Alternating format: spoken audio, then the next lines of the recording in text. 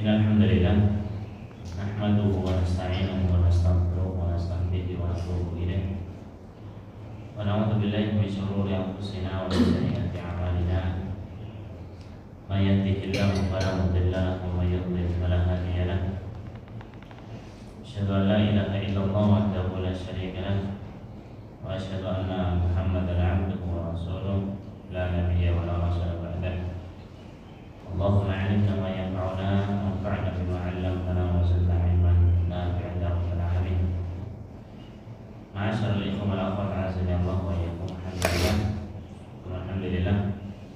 Kembali kita panjatkan puji syukur kehadirat Allah Subhanahu wa taala yang telah memberikan hidayah dan taufiknya kepada kita semua, sehingga pada pagi hari ini kembali Allah pertemukan kita di majelis yang mulia ini dalam rangka untuk sama-sama belajar talabul ilmi terkait dengan urusan agama kita. Mudah-mudahan Allah Taala memberikan kepada kita ilmu yang bermanfaat, ilmu yang bisa kita amalkan sebagai bekal terbaik ketika berdunia yaumil qiyamah. Allahumma amin.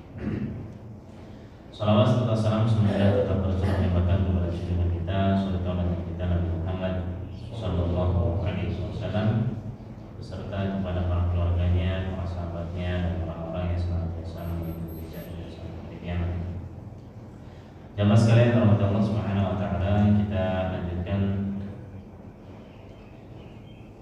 pembahasan terkait dengan kitab Qawaid Qur'aniyah, yaitu tentang kaidah-kaidah Qur'aniyah yang ada di dalam Al-Qur'an yang beliau sampaikan dalam kitabnya.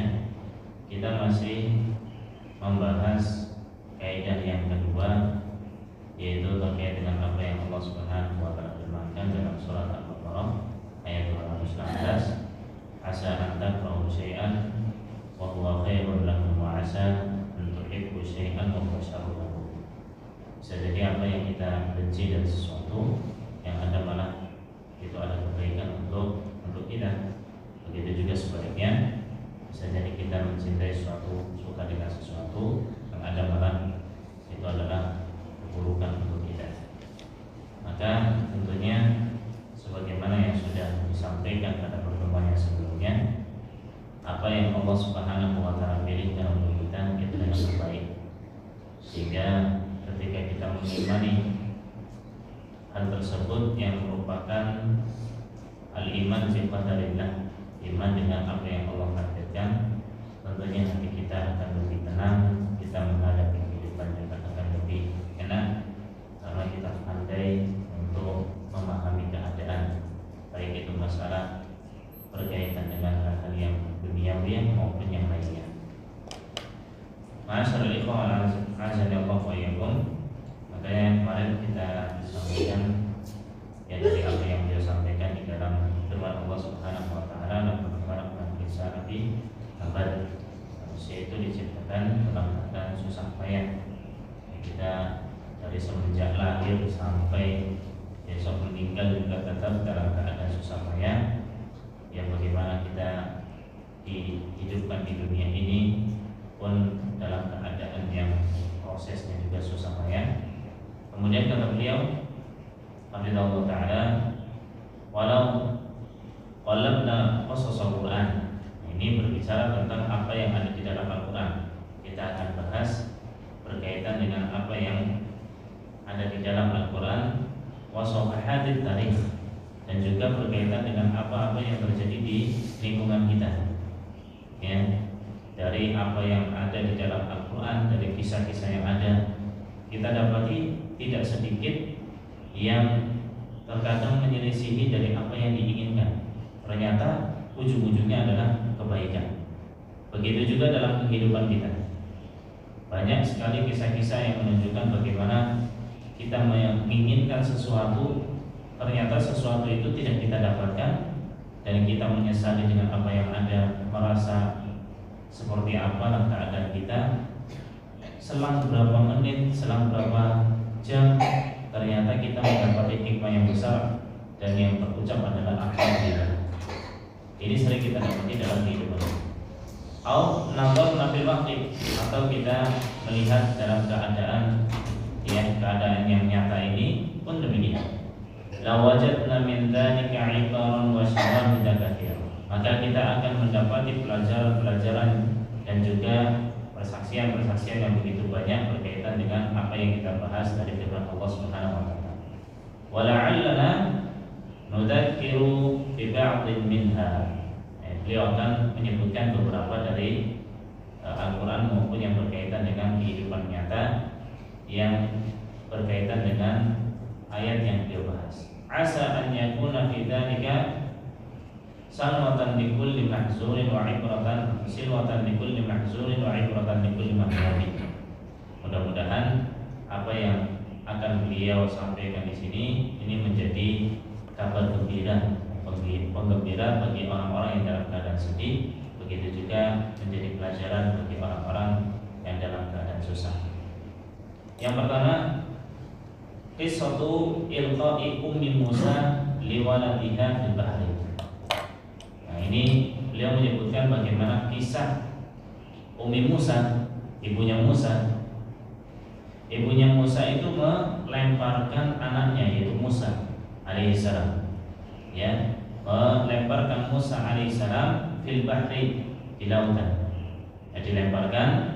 Kemudian ternyata kalau kita melihat dari apa yang terjadi, ujung-ujungnya adalah kebaikan. Ketika Ummi Musa itu melemparkan Musa alaihissalam, tentunya kan gak tega. Ini ada perasaan yang sangat sedih. Yang masa anaknya sendiri dilemparkan ke lautan, dilemparkan ke air. Ya, tentunya gak ada yang tega dari sang ibu. Tapi keadaannya itu tidak memungkinkan.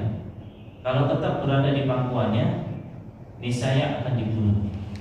Yang Musa alaihissalam. Akhirnya beliau memilih untuk melemparkan anaknya, tapi akhirnya di mana? Akhirnya dipertemukan kembali dengan Musa. Ya, akhirnya dipertemukan kembali dengan Musa dan bisa menyusui di istana kerajaan lagi. Ya, diizinkan untuk menyusui Musa alaihissalam. Fa anta idza ta'ammalta wajadta annahu la akraha li ummi Musa min wuqu' ibniha bi yadi ali Fir'aun. Kalau kita melihat dan kita renungkan, kita dapati bahwa enggak ada hal yang lebih dibenci oleh umum Nisa daripada anaknya ini berada di tangannya keluarga Fir'aun. Ketika dilemparkan, kemudian kan didapati siapa? Didapati oleh istrinya Fir'aun. Ternyata yang ada malah dipelihara. Tapi pada hakikatnya ketika mendengar ini Musa berada di tangannya keluarga Fir'aun, ini sesuatu hal yang apa? Satu hal yang tidak diinginkan oleh Ummi Musa. Ya, sesuatu hal yang dibenci. Wa ma'adzalika dhaharat awaqibuhul hamidah. Ternyata ujung-ujungnya kita dapati bagaimana keadaan yang terakhir, endingnya ternyata sesuatu hal yang disukai oleh Ummi Musa. Wa atharahu thayyibah fi mustaqbalil ayyam. Dan kita dapati ya keadaan setelahnya itu malah keadaan yang baik. Wa hadza ma tu'abbiru anhu khatimatu hadhihi al-qa'idah. Dan ini apa yang dikabarkan berkaitan dengan kaidah yang kita sebutkan di sini. Di akhir ayat Allah katakan wallahu ya'lamu wa antum la ta'lamun. Ini hal yang penting dari kaidah ini adalah apa yang Allah sebutkan di akhir ayat tadi, di akhir ayat dari surat Al-Baqarah tadi yang kita sebutkan. Di dalam ayat tadi wallahu ya'lamu wa antum la ta'lamun. Dan Allah Subhanahu wa taala itu mengetahui sedangkan kalian enggak tahu. Kita enggak tahu bagaimana takdir kita. Kita enggak tahu apa yang terjadi pada diri kita. Yang penting kita sudah pasrah dengan apa yang Allah Subhanahu wa taala ya takdirkan kepada kita, tentunya dengan usaha yang disyariatkan. Yang usaha yang mubah. Ini kita lihat bagaimana Ummi Musa ketika melemparkan Musa alaihissalam. Kemudian dia mendengar bahwa Musa itu berada di tangan keluarganya Fir'aun. Tentunya lebih sedih lagi. Ini nanti gimana Musa alaihissalam? Padahal ketika melemparkan itu pengen apa? Pengen agar bayinya itu selamat. Tapi yang ada malah berada di tangannya keluarga Fir'aun. Tapi akhirnya gimana? Yang ada malah ya ternyata Musa alaihissalam gak mau menyusui dari yang lain-lain, dari ibu yang lain. Akhirnya ditunjukkan oleh saudaranya, ibunya Musa alaihissalam, saudarinya, bahwa di sana ada sang ibu, ya ternyata itulah ibunya Musa alaihissalam, dan tidak tahu keluarga Firaun dan bisa menyusui, masya Allah, dipertemukan dengan keadaan yang terbaik. Kalau Musa berada di tangannya, tetap berada di tangannya, tentunya akan didapati hal yang baik. Baik, kemudian yang kedua, wa ta'ammal fi qissati Yusuf alaihi salatu wassalam, tajidu anna hadhihi al-ayah muntabiqah tamamal intibaqi ala ma jara lahu wa li abihi Yaqub alaihi as-salatu wassalam. Kalau kita melihat kisah Yusuf alaihissalam, nah, kisah Yusuf alaihissalam, bagaimana keadaan Yusuf alaihissalam? Ya, yang dibenci oleh teman-temannya, dibenci oleh saudara-saudaranya sendiri, dibenci oleh saudara-saudaranya sendiri, kerabatnya sendiri, yang akhirnya dilemparkan ke dalam sumur, akhirnya dibawa oleh kafilah, ya, ditemukan oleh kafilah, kemudian diperjualbelikan dengan bithamanin bakhsin, dengan harga yang sangat rendah. Ya. Ini tentunya dengan keadaan-keadaan yang ada Yusuf alaihissalam, ternyata kan ini sesuai dengan apa yang disebutkan oleh Allah Subhanahu wa taala dalam kaidah ini. Wa asa an takrahu syai'an wa huwa khairul lakum. Bisa jadi itu hal yang tidak kita inginkan, kita benci dengan hal tersebut. Tapi lihat endingnya, ujung-ujungnya seperti apa? Ternyata Yusuf alaihissalam dengan banyak itu, kan ini surat Yusuf. Ini enggak ada dalam Al-Quran itu kisah yang lengkap dengan seperti kisahnya Yusuf alaihissalam dari awal sampai akhir. Bagaimana keadaan Yusuf alaihissalam, bahkan dijadikan surat Yusuf. Ya, kalau kita melihat surat-surat yang lain, ya ternyata ada kisah yang lain. Ini Yusuf, masya Allah. Ya, satu surat ibaratnya berkaitan dengan Yusuf alaihissalam.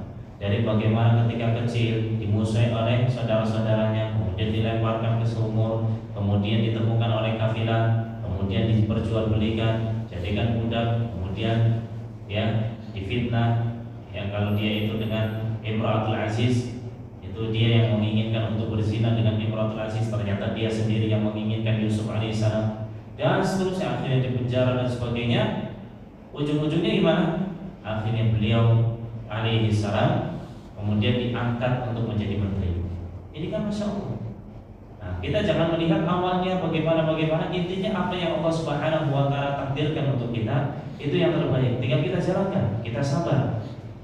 Kita sebagai hamba Allah Subhanahu wa taala enggak ada pilihan. Ya, hanya dua pilihan saja. Imma an yakuna syakiran wa imma an yakuna kafiran.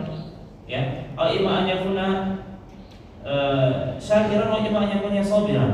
Kalau enggak jadi orang yang syukur, ya jadi orang yang sabar. Udah itu aja. Kalau enggak menjadi orang yang syukur, ya menjadi orang yang sabar.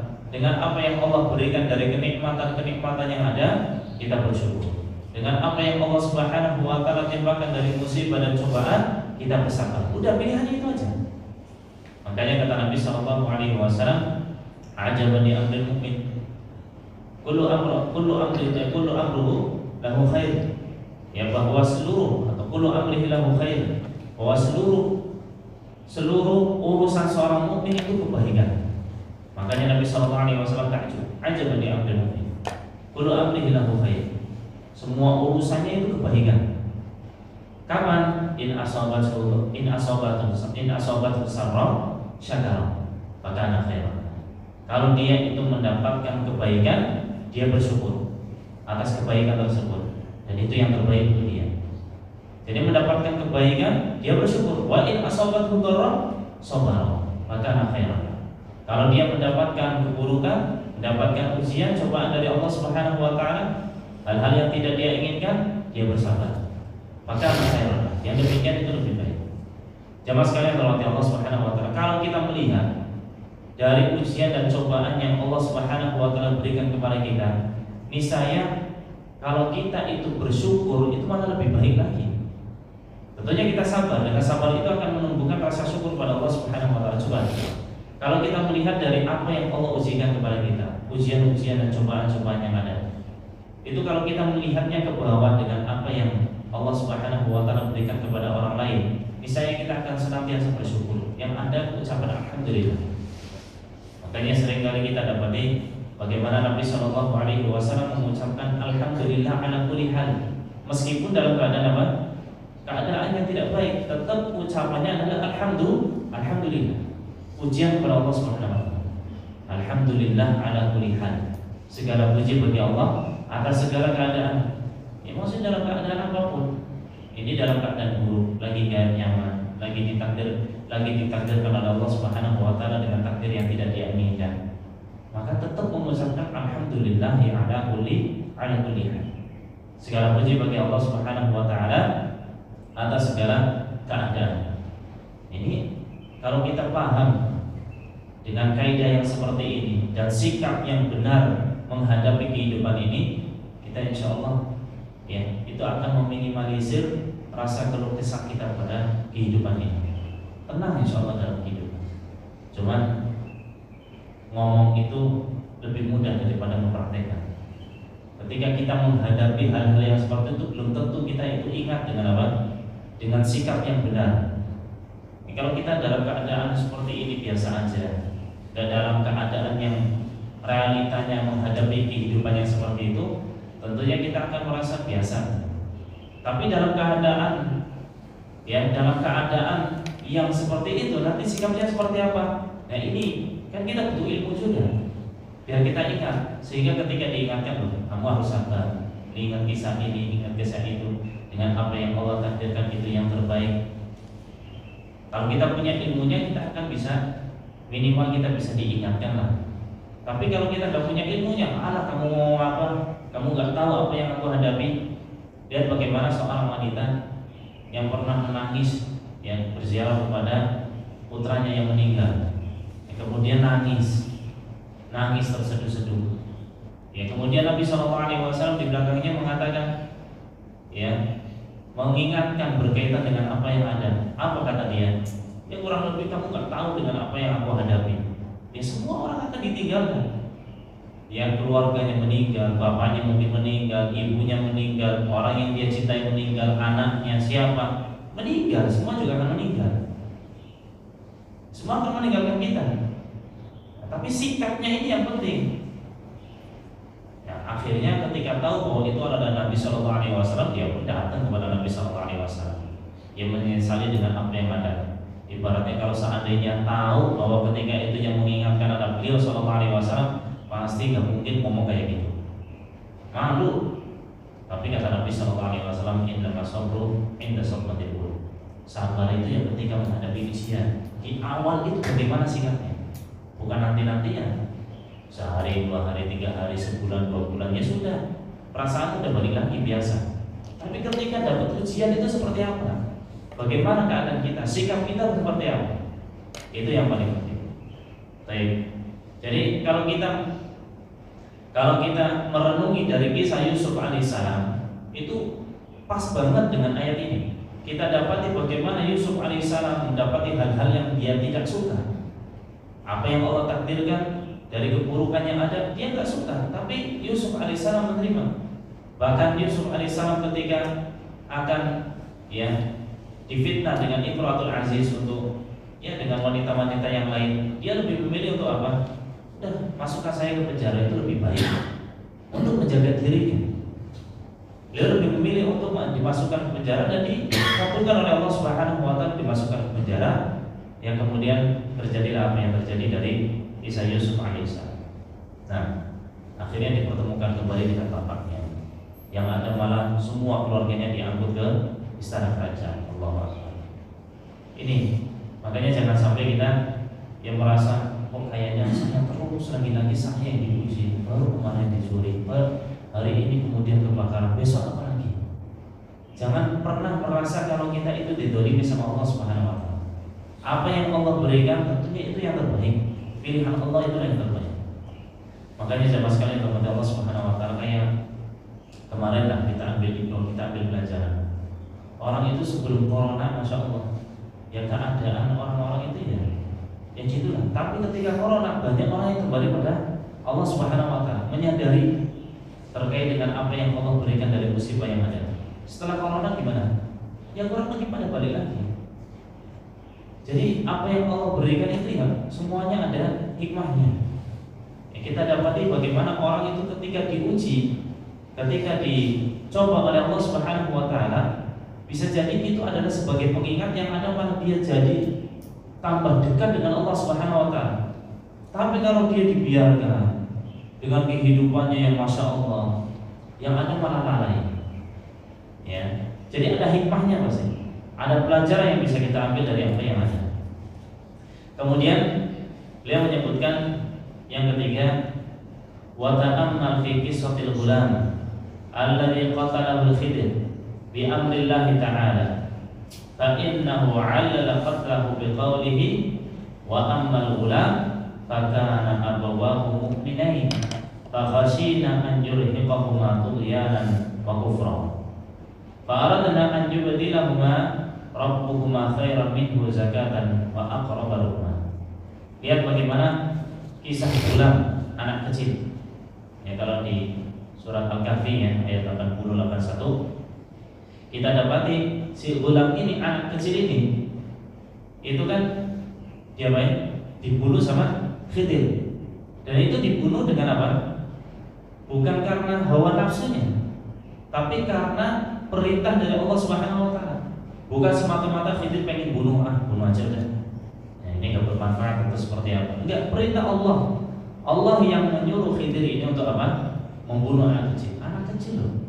Ibaratnya anak umur berapa lah, belum balik. Ya, anak belum balik kan belum punya dosa. Belum punya dosa. Belum mukallaf. Ya, belum dibebani dengan syariat ini. Ya, tapi dia meskipun anak kecil kemudian Khidir alaihissalam ketika diperintahkan oleh Allah Subhanahu wa taala untuk membunuhnya kemudian dibunuh, ini bukan semata-mata karena apa? Karena Khidir itu pengen membunuh anak tersebut, bukan, tapi karena Allah yang memerintahkan. Ternyata apa ilahnya? Sebabnya apa? Kenapa disuruh untuk dibunuh? Kita lihat di dalam surat Al-Kahfi ayat 80-81 itu ada sebabnya. Allah sebutkan di situ. Wa amal ulam. Jadi kan Khidir alaihissalam dengan Musa, Khidir dengan Musa alaihissalam, ini kan ada tiga tiga hal yang dilakukan oleh Khidir yang tidak boleh ditanyakan oleh Musa. Ternyata ditanyakan lagi kenapa itu safinanya dibocorin, kenapa ya itu jidarnya, temboknya itu dilempengin lagi yang awalnya bengkok. Kemudian si anak ini kenapa dibunuh, akhirnya dijelaskan semuanya, kenapa perahunya itu dibocorin, kenapa ini jidarnya dilempengin lagi. Kemudian diantaranya kenapa si anak ini dibunuh. Wa amal ulam fakana abawahu mu'minain. Adapun si anak kecil ini, bocah ini, kedua orang tuanya mukmin, dua-duanya orang mukmin. Nah, terus masalahnya apa? Fakhashina an yurhiqahuma tughyanan wa kufra. Kami takut, khawatir, kekhawatiran dari Allah Subhanahu wa taala itu pasti benar. Allah yang khawatir. Maksudnya Allah tahu bahwa anak ini akan menggeret, akan menyeret orang tuanya dari keimanannya menuju kekufuran. Pasti. Karena itu fitnah. Tapi kalau kita kan nggak tahu ini si anak bakal jadi apa ke depannya. Kita pengennya jadi anak soleh. Kita nggak tahu kalau anak-anak kita itu akan menggeret kita pada kekufuran, kemudian kita bunuh, kan nggak boleh. Kita nggak tahu kalau ini kan perintah dari Allah. Allah yang nyuruh. Jadi ini adalah merupakan ilham dari Allah Subhanahu wa taala. Ketika Allah nyuruh Khidir, kemudian Khidir membunuhnya, ini perintah dari Allah. Jadi nggak ada nizah. Kita nggak mungkin mengatakan oh berarti boleh bunuh anak kalau sekiranya anak ini kayaknya nih nakal nih, kayaknya nih anak bakalan bikin saya itu kufur pada Allah, akan mengeluarkan saya, menjadikan saya murtad dan sebagainya, dengan argumen-argumen yang kita sampaikan berkaitan dengan anak tersebut. Gak bisa, kita gak bisa menilai ya, kita gak tahu dengan hal-hal yang akan terjadi.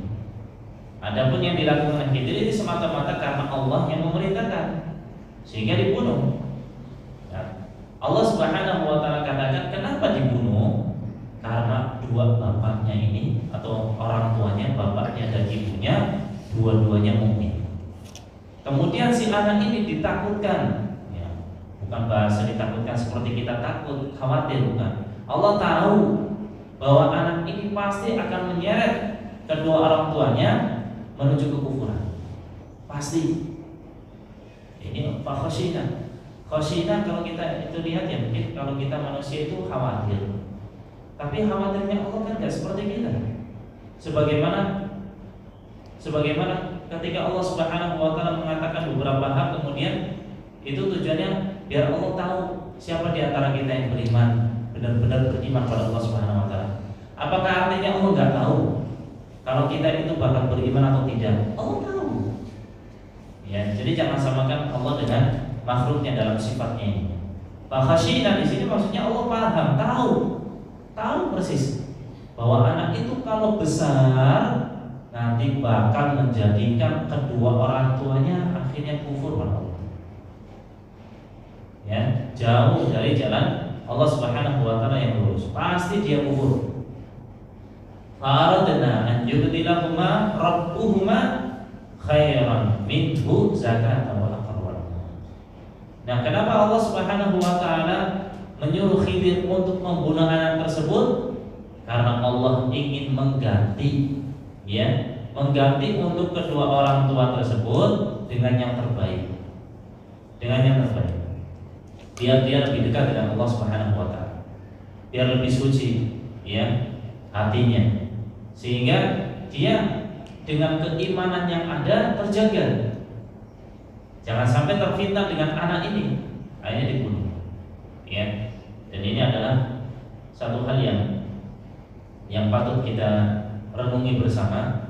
Apalagi ini sebagaimana yang dikatakan beliau, ada sedikit kabar gembira bagi orang-orang yang Allah belum takdirkan untuk mendapatkan anak. Ini kan banyak dari saudara-saudara kita, saya juga ada beberapa teman 1, 2, 3 banyak. Itu qadarullah sampai sekarang udah nikah. Ada yang 10 tahun lebih, ada yang di bawah 10 tahun. Itu sampai sekarang belum dikaruniai anak. Ada yang 3 tahun, 5 tahun, 8 tahun, 10 tahun, bahkan ada yang lebih dari 10 tahun. Itu belum Allah karuniai anak. Ini ada kabar gembira dari Allah Subhanahu wa taala. Kata beliau, linaqifahunna qalilan wa la tasal. Coba kita renungi bersama di sini sejenak dan kita tanyakan pada diri kita. Kam min insan lam yuqaddirillahu ta'ala an yarzuqahu bil walad.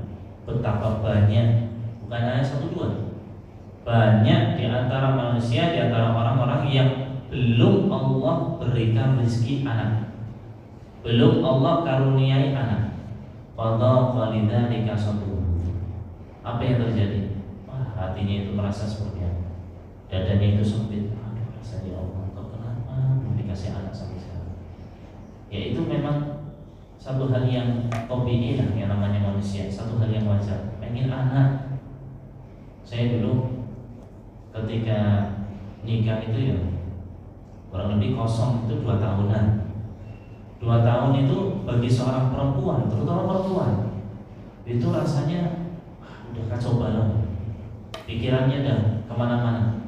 Kalau kitanya laki-laki, sebenarnya saya itu merasa 2 tahun belum dikasih sebenarnya agak nyantai. Tapi tetap aja dalam hati itu saya normal enggak gitu. Maksudnya dalam artian ada penyakit atau tidak. Dan kita takut juga kalau Allah takdirkan akiman, enggak punya anak karena mandul dan sebagainya.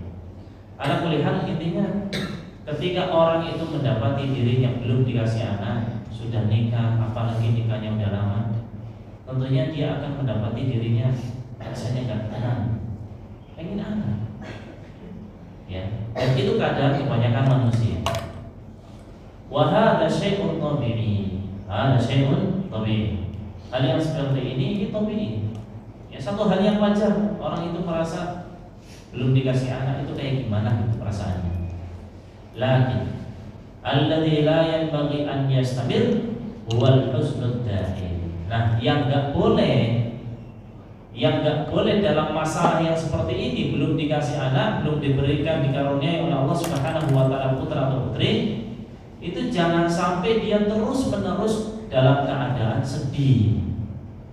Sedih terus, kapan aja punya anak, jadi kepikiran terus. Ini bahaya, malah membahayakan diri, akhirnya bikin futur. Akhirnya mungkin dia akan ngambek, gak mau taat lagi, gak mau mendekatkan diri pada Allah. Sholat udah, zakat iya, sedekah masya Allah, semua kegiatan ibadah dia lakukan, mendekatkan diri pada Allah, kok gak dikasih anak? Akan dibanding-bandingkan seperti itu, akan disandingkan seolah-olah ini adalah yang paling utama. Ya, dan apa gunanya ibadah selama ini kok gak dikasih anak-anak? Udah minta pada Allah, udah tahajud, akhirnya futur ninggalin ibadah gara-gara putus sama dengan anak tadi. Akhirnya kesedihan yang berlanjut yang menjadikan dia itu akhirnya menjauh dari Allah Subhanahu wa taala.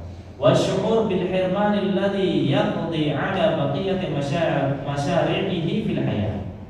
Ini jangan sampai yang enggak boleh ini adalah yaitu rasa sedih yang berkelanjutan dan dia merasa itu Allah Subhanahu wa taala mengharamkan dirinya, yang menjauhkan dirinya dari kebaikan-kebaikan yang ada di kehidupannya. Banyak kehidupan, banyak kebaikan yang lain yang bisa dia lakukan dari ibadah-ibadah selain ibadah untuk menjadikan anak itu soleh. Ya, belum punya anak gimana mau fokus saya mau punya anak pengen menjadikan anak soleh? Yang ada aja, misalnya anak-anak orang lain kita jadikan soleh kan bisa jadi amal jariah, pahala kita. Ada seorang ustazah gitu ya, itu ketika ingin dipindahkan dari ngajarin anak-anak sekedar Al-Fatihah toh, itu mau dipindahkan untuk ngajar di kelas yang lebih tinggi. Kata dia nggak mau.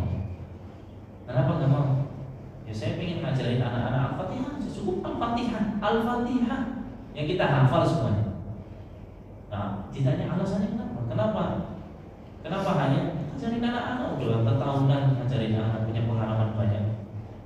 Naik tingkat lah. Ya saya tetap fokus ngajarin anak-anak Al-Fatihah saja. Kenapa? Alasannya adalah karena Al-Fatihah ini yang setiap sholatnya dalam setiap rakaatnya dia baca. Tanpa Al-Fatihah sholat yang sah. Masya Allah. Hanya sekedar Al-Fatihah yang diajarkan. Berapa anak yang dia ajarin Al-Fatihah? Satu anak berapa kali sholat ya? Dalam satu sholat berapa rakaat? Minimal 17 rakaat dalam sholatnya sehari semalam. 17 kali dia baca Al-Fatihah. Dia dapat pahala dari Allah Subhanahu wa taala begitu banyak. Kali berapa ratus anak yang diajarkan Allah. Jadi jangan sampai gara-gara fokus dengan ya Allah belum dikarunia anak, belum dikasih anak, akhirnya apa? Diharapkan dari kebaikan-kebaikan. Akhirnya fokus dengan hal tersebut, kemudian kebaikan-kebaikan yang lain dia tidak lakukan. Lihat ini hati-hati. Walaita man hurima ni'matal waladi yata'ammal hadhil ayat. Ya. Seandainya orang yang belum mendapatkan anak, belum dikarunia Allah Subhanahu wa taala seorang anak, ya, memahami ayat ini. Ayat yang sedang kita bahas. Laisa liyudhiba husnahu faqat. Bukan hanya sekedar untuk menghilangkan rasa sedihnya itu. Bukan hanya sekedar itu. Bal liyatma'inna qalbuhu wa yansharaha sadruhu. Biar hatinya itu tenang, dadanya lapang. Dengan apa? Dengan apa yang Allah Subhanahu wa taala takdirkan. Wa laita yanzuru ila hadzal qadar bimidhari ni'mati war rahmah. Dan seandainya orang yang belum dikaruniai anak, dia itu melihat dari sisi yang lain. Dia itu melihat dari sisi nikmat dan rahmat Allah Subhanahu wa taala yang dia berikan kepada orang tersebut. Yang Allah berikan kepada orang tersebut. Dengan kacamata itu, nikmat dan rahmat Allah Subhanahu wa taala. Ini Allah Subhanahu wa taala belum ngasih anak karena Allah kasih sayang kepada kita. Karena Allah Subhanahu wa taala yang ingin memberikan nikmat yang lain. Nikmat yang lain banyak, bukan hanya sekedar anak tak. Nikmat sehat, nikmat bisa ibadah, nikmat dapat hidayah dan taufik dari Allah Subhanahu wa taala. Ini nikmat yang sangat besar. Kenapa fokus dengan yang satu ini, sedangkan nikmat-nikmat yang lain yang begitu banyaknya malah kita singkirkan? Padahal itu yang Allah berikan, yang ada di depan mata. Kenapa nggak disyukuri nikmat itu? Fokus dengan yang belum dia dapatkan. Wa anna Allah subhanahu wa ta'ala qad yakunu sarafa hadhihi ni'mata rahmatan bihi. Bisa jadi apa yang Allah subhanahu wa ta'ala takdirkan dengan tidak diberikan anak, ya, tidak dikasih anak, ya, ini adalah sebagai bentuk rahmat dari Allah subhanahu wa ta'ala, kasih sayang Allah. Bisa jadi Allah itu ngasih anak ya karena kasih sayang pada kita. Bisa jadi juga Allah gak ngasih anak pada seorang karena kasih sayang sama dia. Dan buktinya apa? Ya tadi ayat tadi, punya anak disuruh dibunuh. Tujuannya apa? Ya karena kasih sayang Allah subhanahu wa ta'ala kepada kedua orang tuanya. Allah dibunuh anaknya. Kenapa? Karena Allah merasa kasihan terhadap kedua orang tuanya. Takutnya nanti punya anak malah digeret pada kekufuran, kedurhakaan pada Allah subhanahu wa ta'ala. Ya kalau kita tanya pengen punya anak apa enggak, ya semua pengen punya anak. Gak ada yang gak pengen punya anak. Tapi kan ini pilihan Allah beda. Jangan semua kehidupan ini tuh pengennya sesuai dengan pilihan kita. Pengennya yang terbaik, terus yang baik-baik aja. Kita hanya bisa berharap, ya, apa yang Allah takdirkan, mau itu baik mau buruk, kita punya sikap. Ini bagaimana sikapnya seorang mukmin. Ini yang penting. Harapan, iya harapan. Semuanya pengen kebaikan, pengennya langgeng, pengennya lancar. Urusannya semuanya pengennya yang baik-baik, yang buruk-buruk jauhkan ya Allah. Itu yang kita harapan kita, doa kita. Tapi kita punya standar, kita punya sikap. Bagaimana sikap kita kalau dapat kebaikan, bagaimana sikap kita kalau dapat ujian. Ini yang terpenting. Nah bisa jadi Allah subhanahu wa ta'ala belum mengaruniai seorang itu mendapatkan anak. Kenapa? Ya kita melihatnya dari kacamata nikmat tadi. Allah menginginkan kebaikan untuk dia. Allah itu kasih sayang pada dia, sayang sama dia, makanya belum dikasih anak, atau bahkan bisa jadi gak dikasih anak sama dia. Ya, itu gimana melihatnya ya, masya Allah. Ya lihat aja, itulah kisah tadi, kisah anak yang dibunuh oleh wa ma yadri, dan kita nggak tahu, nggak ada yang tahu. La'allahu idza rizqa bi waladin an yakuna hadzal walad sababan li syaqa'i walidayhi wa ta'asutihima wa tanghisi aishihima. Bisa jadi kalau Allah memberikan rezeki pada dia, ini jadi positive thinking terus itu, ya, pikirannya positif. Bisa jadi kalau Allah memberikan rezeki anak pada dia, ini yang ada malah menjadi sebab yang kedurhakaannya dia pada Allah, menjadi sebab yang kebinasaannya dia, menjadi sebab akhirnya dia itu akan mendapatkan kehidupan yang tidak diinginkan, kehidupan yang gelap gulita. Kenapa? Ya karena anaknya itu terfitnah dengan anak. Innama amwaluhu wa auladuhu fitnah. Walad kita, anak-anak kita, harta-harta kita, ini fitnah untuk kita. Ya, maka kalau kita tahu ini adalah ujian cobaan, harta ya cobaan, anak ya cobaan, ujian dari Allah Subhanahu wa ta'ala, nah maka kita harus pandai-pandai bersikap. Ya jangan sampai anak itu malah menjadikan kita jauh dari Allah. Yang punya anak ya jadikan ini anak sebagai ladang pahala di sisi Allah Subhanahu wa ta'ala, sebagai bekal kita. Baik. Ila tashwihin sami'tahuma wa ammal ghulamu fakana abawahu mu'minain. Ayatnya tadi. Coba dengerin aja itu ayat tadi. Anak tadi gara-gara dia ibaratnya dia diberikan oleh Allah Subhanahu wa ta'ala rezeki anak. Ini anak kalau gede bakal menyeret orang tuanya pada kekufuran dan jauh dari Allah Subhanahu wa ta'ala, akan menjadikan dia durhaka kepada Allah, akhirnya dibunuh. Tujuannya untuk apa? Untuk menjaga keimanan kedua orang tua. Allah. Kemudian yang keempat, ya yang keempat, wa Wa fi muqaddimati ghazwati Badr. Wa fi muqaddimati ghazwati Badr yurabbil Qur'an fi atba'ihi hadzal ma'na fayaqul kama akhrajaka rabbuka min baitika bil haqq wa inna fariqan minal mu'minina lakarihun yujadilunaka bil haqqi ba'da ma tabayyana ka'annama yusaquna ilal mauti wa hum yanzurun. Di awal-awal ghazwat Badr, perang Badr. Nah, itu gimana tuh? Perang Badr, awal peperangan. Ya, kaum muslimin jumlahnya sedikit 300 sekian. Ada orang musyrikin 3 kali lipat. Banyak banget. 1000 sekian. Ini kan secara nafs, secara kepribadian seorang menghadapi yang seperti itu kan Masya Allah. Ini kan tentunya butuh mental kuat, keimanan yang Masya Allah yang dahsyat. Nah, awal-awal kaum muslimin di awal-awal ghazwat Badar, mereka ya sama lah seperti manusia. Ya, seperti layaknya manusia. Ada hal-hal yang dia lihat ini pasti satu hal yang buruk bisa jadi terjadi pada mereka.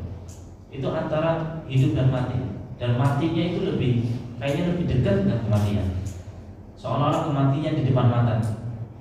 Ya, karena menghadapi musuh Allah Subhanahu wa taala yang begitu banyaknya, berlipat-lipat dari jumlah mereka. Nah, tentunya hatinya seperti apa? Makanya kata Allah Subhanahu wa taala, "Kama akhrajaka rabbuka min baitika bil haqq wa inna fariqan minal mu'minina lakarihun." Ya, sebagaimana Allah Subhanahu wa taala mengeluarkan kalian dari rumah-rumah kalian, ya, dan sebagian wa inna fariqan minal mu'minina lakarihun, sebagian kelompok dari orang mukmin ini merasa benci dengan hal tersebut. Ya, pengennya gak keluar, tapi mau gak mau harus keluar. Ya, sehingga mereka yujadiluna fil haqqi ba'da ma tabayyana. Mereka saling berdebat berkaitan dengan menghadapi kaum musyrikin ini dengan gimana? Padahal sudah jelas perintah Allah Subhanahu wa taala untuk menghadapi orang-orang musyrikin. Kama yusaquna ilal mauti wa hum yanzurun. Seolah-olah mereka itu digiring untuk menghadapi kematian yang mereka lihat di depan mata. Udah siap-siap aja. Tapi apa yang terjadi? Di awal-awal seperti itu, ternyata apa yang terjadi? Kaum musyrikin, orang-orang yang kalang kabut kesana kemari. Kenapa? Dibantu oleh Allah Subhanahu wa taala lewat para malaikat Allah. Nah, ini kita lihat bagaimana hal yang buruk yang seolah-olah kita melihat itu adalah keburukan, kalau kita hadapi ternyata itu kebaikan. Jadi jangan pernah itu merasa berprasangka buruk kepada Allah Subhanahu wa taala. Apa yang Allah berikan itu pasti yang terbaik. Fakam kataballahu lil mu'minina minal khairi wal 'izzati wal haibati lil muslimin ba'da hadhihi al-ghazwah allati kariha ashabun nabi sallallahu alaihi wasallam fiha khiyarul qital. Betapa banyak kebaikan yang Allah Subhanahu wa taala berikan setelah ghazwat Badar. Ya, setelah ghazwat Badar, setelah perang Badar, kebaikan demi kebaikan yang didapatkan oleh kaum muslimin. Ya, begitu juga dengan izzah, kemuliaan yang didapatkan oleh kaum muslimin, kewibawaan kaum muslimin di hadapan orang musyrikin. Ternyata yang jumlahnya sedikit itu gak bisa diremehkan. Ya, sedikit tapi keimanannya tinggi, masya Allah. Ini tidak bisa diremehkan. Itu diakui oleh orang-orang musyrikin. Padahal awal-awal para orang mukmin, sebagian dari mereka itu ya tidak menginginkan hal tersebut. Mereka itu merasa gimana? Baik. Kemudian yang kelima, wa fi sunnatin nabawiyyah amtsilatun katsiratun. Di dalam sunnah nabawiyah, ini dalam Al-Qur'an, dalam sunnah Nabi sallallahu alaihi wasallam itu banyak sekali contohnya. Di antaranya lamma mata zauju Ummi Salamah. Ketika meninggal suaminya Ummi Salamah, yaitu Abu Salamah. Ya, Abu Salamah meninggal, taqulu Ummu Salamah mengatakan, sami'tu Rasulullah sallallahu alaihi wasallam yaqul, ma min muslimin tusibuhu musibatun fa yaqulu ma amara Allah inna lillahi wa inna ilaihi raji'un. Allahumma ajirni fi musibati wa akhlif li khairan minha illa akhlafa Allahu lahu khairan minha. Maka Ummi Salamah ketika ditinggal oleh Abu Salamah, beliau mengatakan, saya mendengar Nabi sallallahu alaihi wasallam bersabda, tidaklah seorang muslim yang dia itu mendapatkan musibah kemudian mengatakan apa yang Allah Subhanahu wa taala perintahkan, inna lillahi wa inna ilaihi raji'un, ya, mengucapkan kalimat tarjih. Kemudian mengatakan ajirni fi musibati wa akhlif li khairan minha. Berikanlah pahala atas musibah yang aku derita ya Allah, dan berikanlah ganti yang lebih baik dari musibah tersebut. Nah, ketika Ummi Salamah mengetahui, ya, dan mengingat dengan apa yang Nabi SAW ajarkan ketika mendapatkan musibah, apa yang terjadi? Ternyata diganti dengan yang lebih baik. Beneran? Siapa? Rasulullah SAW. Apa ada yang lebih baik dari Nabi SAW? Baik. Qalat falamma mata Abu Salamah qultu ayyul muslimina khairun min Abi Salamah. Ya, dalam dirinya mengatakan ketika Abu Salamah meninggal, siapa di antara kaum muslimin yang lebih baik dari Abu Salamah? Awal baitin hajara ila Rasulillah sallallahu alaihi wasallam, rumah yang pertama yang berhijrah ke awal baitin hajara ila Rasulullah sallallahu alaihi wasallam, orang-orang pertama yang di rumah tersebut yang berhijrah kepada Nabi sallallahu alaihi wasallam.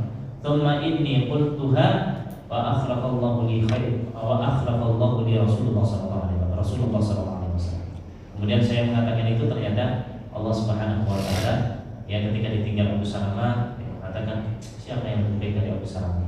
Kemudian Ummu Salamah mengatakan yang tadi kalimat tarjih dan juga doa tadi, Allahumma ajirni fi musibati wa akhlif li khairan minha. Ternyata Allah gantikan dengan Rasulullah sallallahu alaihi wasallam. Allah. Fata'ammal hadha syu'ur alladhi inbatu Ummi Salamah wa huwa syu'ur yanbatu ba'du nisa'i allati yubtalina bi faqdi aqwa min man yartabituhunna bihi 'alaqa fi hadhihi al-hayah wa lisan halihinna wa min khairi wa man khairun min abi fulan. Falamma fa'alat Ummu Salamah ma amaraha al-syar' bihi min as-sabri wal istirja' wa qawli al-ma'thur aqabaha Allahu khairan lam takun tahlum bihi. Ya, ternyata itu tadi perasaan tetap perasaan. Ya, sebagaimana seorang itu ditinggalkan suaminya ada perasaan seperti itu. Tapi ketika Ummi Salamah yang ditinggal suaminya, yang memang hatinya itu senantiasa bersama Abi Salamah, ya, dan juga kehidupannya. Kemudian ternyata apa yang dikatakan oleh lisannya ketika itu, nggak ada yang siapa yang lebih baik dari Abi Salamah, Kemudian mengucapkan kalimat tarjih dan doa tarjih, doa tadi sabar dengan apa yang Allah Subhanahu wa taala timpakan, akhirnya yang ada mendapatkan kebaikan yang lebih baik yang belum pernah terpikirkan oleh Ummi Salamah, mendapatkan Nabi sallallahu alaihi wasallam. Wa hakala mu'minah yajibu 'alaiha an la takhtasira sa'adatuha aw tahsuruha fi babin wahid min abwabil hayat. Dan begitulah keadaan seorang mukminah. Jangan sampai dia itu membatasi kebahagiaannya, membatasi kehidupannya. Ya, jangan sampai membatasi kehidupan dan kebahagiaannya hanya di satu pintu aja. Ini loh kebahagiaan saya bersama Abi Salamah. Gak ada misalnya Abi Salamah udah ini tamat riwayat saya. Enggak. Jangan sampai seperti itu. Ya, ditinggalkan ini ada yang lain yang lebih baik. Jangan sampai.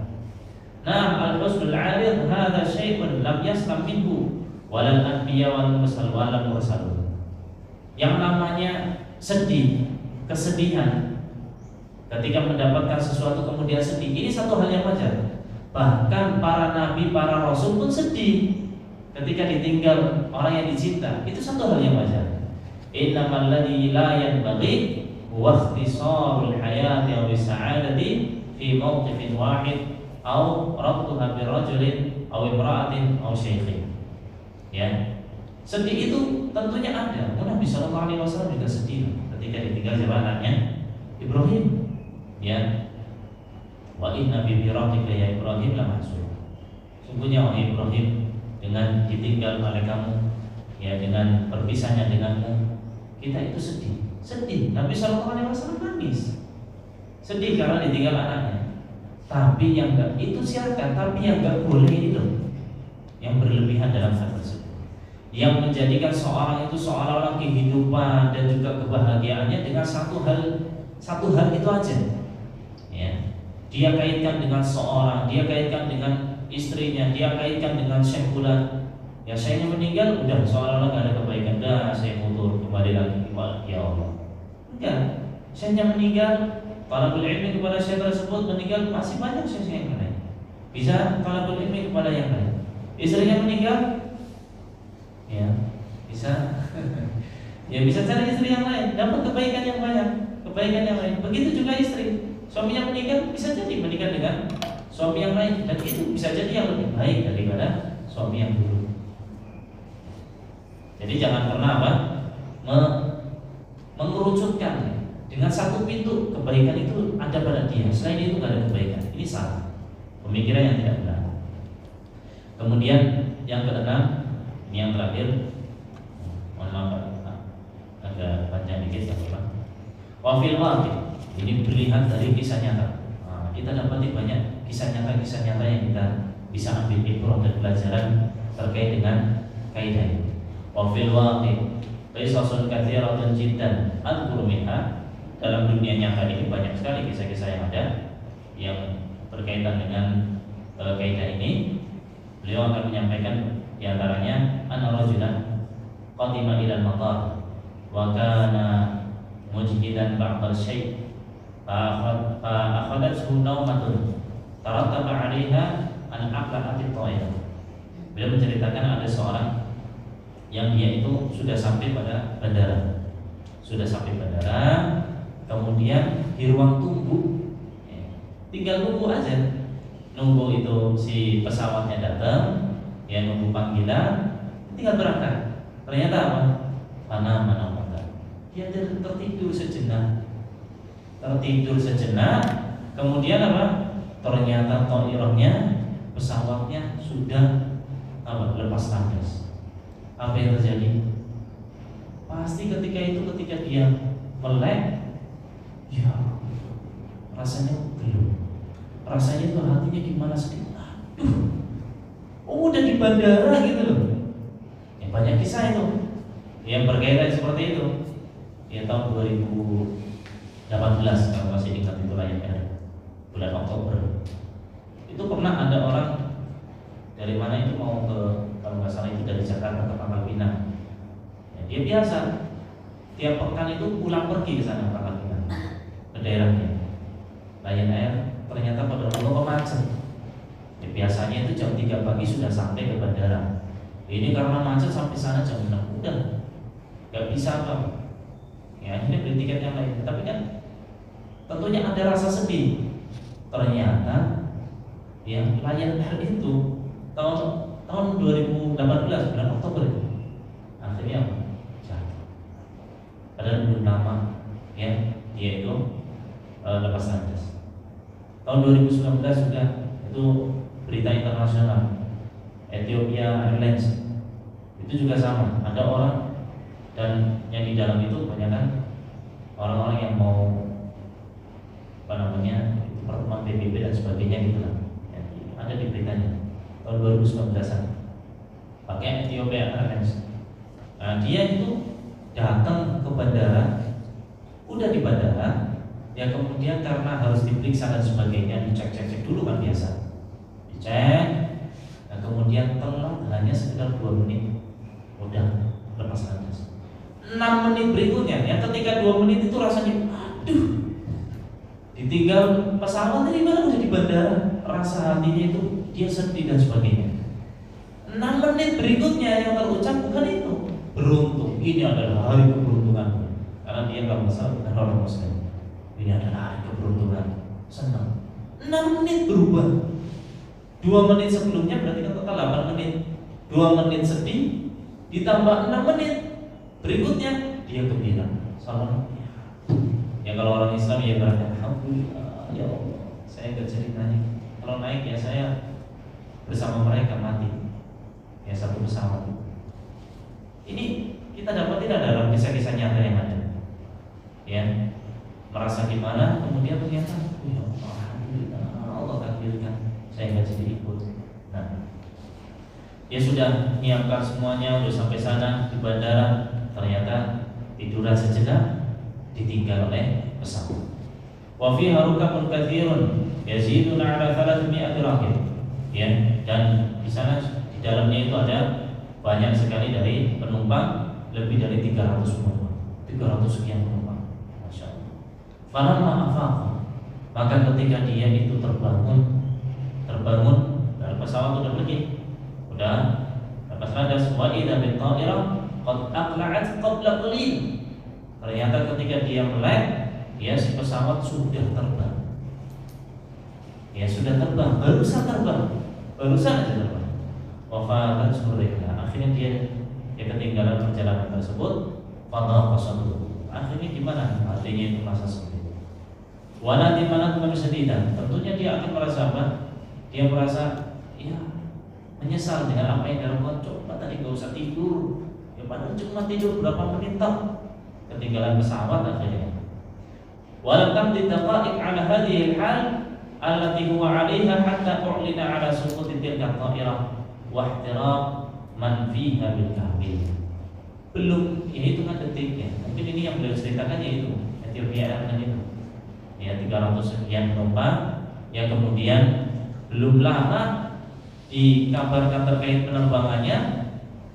Selang berapa detik, selang berapa menit, kemudian dikabarkan bahwa si pesawat itu jatuh dan semua penumpang yang di dalamnya meninggal, terbakar. Ya. Soalnya, alam yakun fawatu rihla khairan li hadzal rajul. Bukankah ketinggalannya dia pesawat itu lebih baik untuk orang ini? Nah, kira-kira tersebut. Walakin aina mu'tabiruna wal muta'adduna, dan mana orang-orang yang bisa mengambil ibrah, mengambil pelajaran dari kehidupan yang nyata ini, dari kehidupan yang nyata, keburukan-keburukan yang didapat ternyata kebaikan untuk dia. Jadi sama sekali ya Allah, kalau kita bilang bahwa Allah Subhanahu wa taala mentakdirkan takdir buruk, ini takdirkan ada yang baik ada yang buruk. Allah takdirkan takdir buruk itu enggak ada yang 100% murni buruk. Buruk itu di mata kita, tapi pada hakikatnya itu kebaikan. Jadi nggak ada 100% buruk itu beneran buruk, enggak. Itu pasti ada kebaikan, ada hikmah di dalamnya yang Allah Subhanahu wa taala inginkan, yang bisa jadi kita tahu dan bisa jadi kita tahu. 'Alal mar'i an yas'a ila khairi juddahu wa laysa 'alaihi an tatimma maqasid. Bagi kita, yang mengatakan kewajiban kita adalah untuk menggapai kebaikan, untuk mengejar kebaikan sekuat tenaga.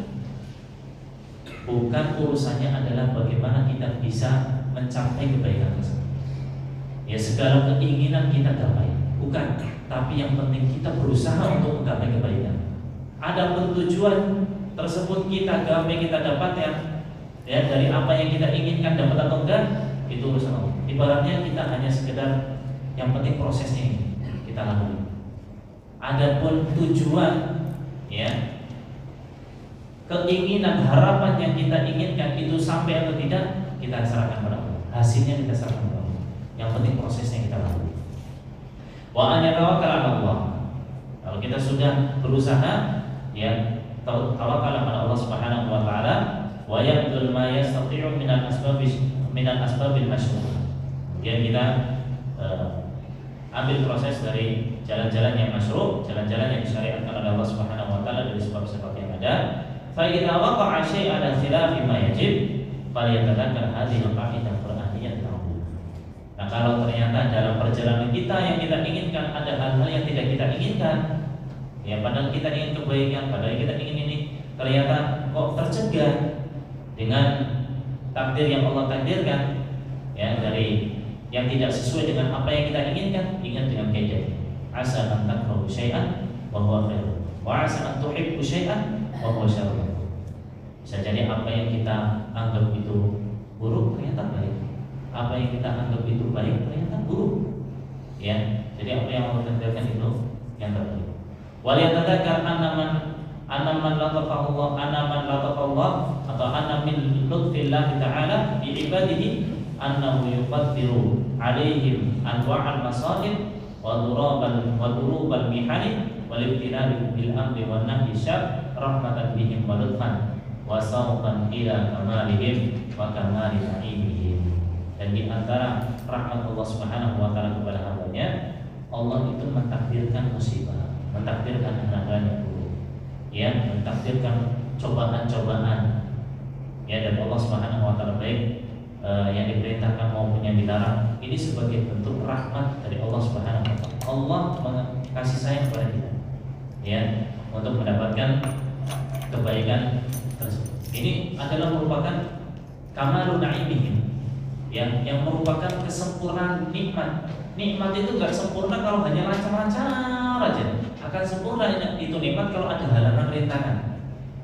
Ya, untuk jualan itu mulus banget, semuanya jualan dari awal sampai akhir itu, dari jualan semuanya jualan itu lancar-lancar aja. Kita jualan habis terus, gak ada konsumen, tiap hari gitu terus, ya gak enak. Ya, kadang ada ini, ada saingannya, ternyata kadang ramai, kadang enggak. Ini nikmat yang seperti itu. Bahkan itu adalah min kamali na'imihim, merupakan kesempurnaan dari nikmat tersebut. Itu ada halangan rintangan, ya, sehingga kita akan bisa berjuang dalam kehidupan ini. Wa min atafillahil 'azima annahu lam yaj'al hayatan nas wa sa'adatahum murtabitah irtibatan taman illa bihi subhanahu wa baqiyatul asya yumkinu ta'widuha aw ta'widu ba'diha min kulli shay'in idza dayya'tahu iwadun wa ma minallahi in dayya'tahu iwadun. Dan di antara apa yang Allah Subhanahu wa taala, ya, di antara rahmat Allah Subhanahu wa taala dan kasih sayangnya kepada kita, Allah itu tidak menjadikan kehidupan ini, ya, kebahagiaan dalam kehidupan ini dengan apa? Dengan hal-hal yang, ya, terpaku dan terikat dengan satu hal yang ada dari prosesnya itu, ya. Bukan hanya itu aja, tapi justru lebih pada kehidupannya itu, kebahagiaan kehidupannya lebih bergantung pada Allah Subhanahu wa taala, bukan dengan proses yang ada. Semua proses sudah kita lalui, sudah kita jalankan, ternyata enggak sesuai, ya. Pelayanannya udah terbaik, dalam bisnis misalnya dia sudah modalnya udah keluar, barang-barangnya juga bagus-bagus, pelayanannya udah baik, ternyata enggak ada tambah, ternyata malah rugi, ternyata malah belum tidak. Ini enggak dulu seperti itu, ya, lebih dikaitkan dengan Allah Subhanahu wa taala. Nah, ini aja yang bisa kita sampaikan. Mohon maaf atas segala kekurangan. Nah, ini mudah-mudahan kita bisa mengambil ikhlaq dari kaidah yang ada dan bisa kita perhatikan dalam kehidupan kita. Tentunya jemaah sekalian terhadap Allah Subhanahu wa taala, hal yang seperti ini memang berat. Tapi mau nggak mau kita nggak ada pilihan, kita harus menghadapi kehidupan ini dengan kacamata syariat ini. Bagaimana kita menghadapi kehidupan, bukan hanya sekedar apa yang kita inginkan saja, ya, pengennya yang baik-baik saja, nggak mungkin. Sehingga kita harus tahu bagaimana bersikap. Itu yang paling penting bagi kehidupan seorang mukmin. Bukan hanya sekedar mendapatkan kebaikan, tapi tentunya dengan cobaan-cobaan yang ada, kita harus pandai-pandai bersikap dengan apa yang beliau sampaikan dalam kaidah tadi. Allah Ta'ala alam. Sallallahu ala nabiyina Muhammad wa ala alihi wa sahbihi ajma'in. Wa akhiru da'wana alhamdulillahi rabbil alamin. Nakhtatim majlisana bi doa kafaratul majlis.